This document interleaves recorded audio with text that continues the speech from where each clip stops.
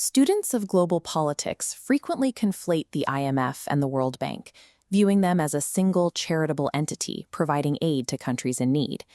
These financial mechanisms operate with distinct models, timelines, and objectives designed for specific economic functions rather than charitable aid.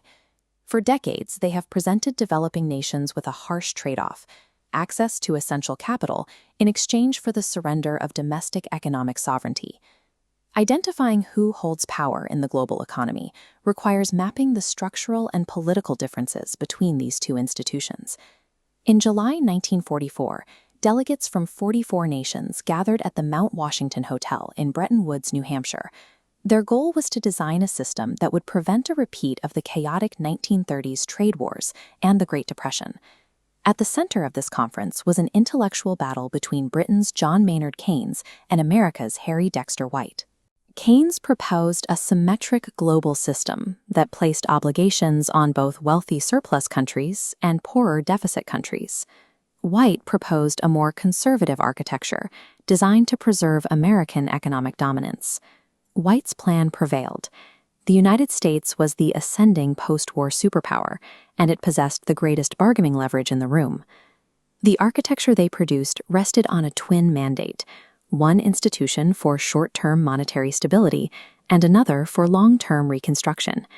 This division of labor prevented emergency stabilization funds from being locked up in 30-year infrastructure projects, ensuring global liquidity remained available for sudden crises. Think of the IMF as the emergency room doctor. Its core mandate is to treat acute balance of payments crises, situations where a country is rapidly bleeding foreign exchange cash and can no longer pay for vital imports. The IMF operates on a short to medium time horizon, usually months to 3 years. Its loans are injected directly into a government's central accounts to stabilize a macroeconomic freefall. The World Bank Group, by contrast, acts as an urban planner. Its focus is on long-term poverty reduction and structural economic development. The bank deals in time horizons of 15 to 40 years.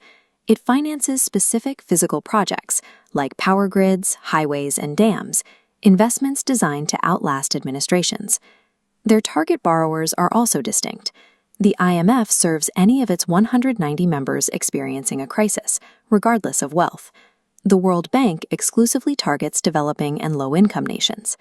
Applying the wrong institution to a crisis is like bringing a defibrillator to a construction site.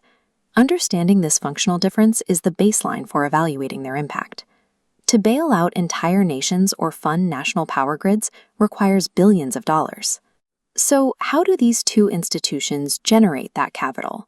Member countries pool money into the IMF via quotas. A country's GDP dictates its contribution, borrowing limit, and voting weight.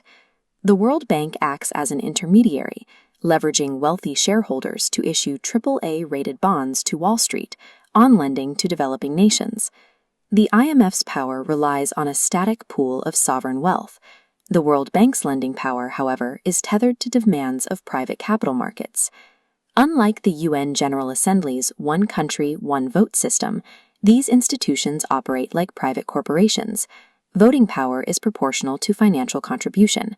Because the United States holds roughly 17% of the voting shares, and major decisions require an 85% supermajority, Washington wields a unilateral veto over economic governance. The symbol of this monopoly is an unwritten rule known as the Gentleman's Agreement. Since 1946, the head of the IMF has always been European, and the president of the World Bank has always been American. This power dynamic drives conditionality.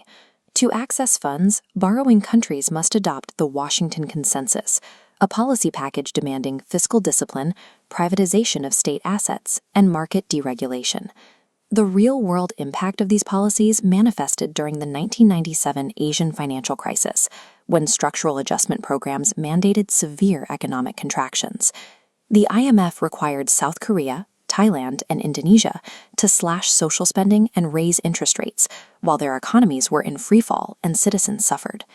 Nobel laureate and former World Bank chief economist Joseph Stiglitz became a prominent critic of this approach.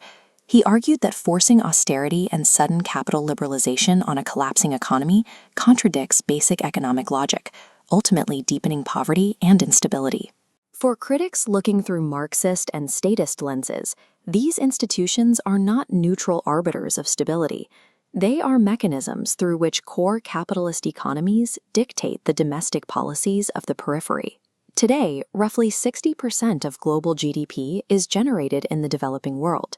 Yet the United States and Europe have resisted diluting their voting power to reflect this reality, fracturing the Bretton Woods system. Facing this governance bottleneck, China responded by creating parallel multilateral institutions to fund infrastructure across Asia and Africa. The Asian Infrastructure Investment Bank and the New Development Bank offer developing nations access to capital pools without the ideological strings and austerity demands of the Washington Consensus.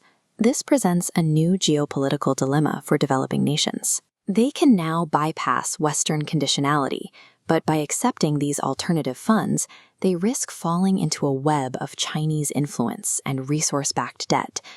Always use the ER doctor versus urban planner framework to remember how the IMF and World Bank function. But to understand why they act, you have to view them through the competing political paradigms of those who hold the leverage. The Bretton Woods monopoly is fracturing, leaving us to question whether the 21st century will see a democratization of global finance or a division into rival debt empires.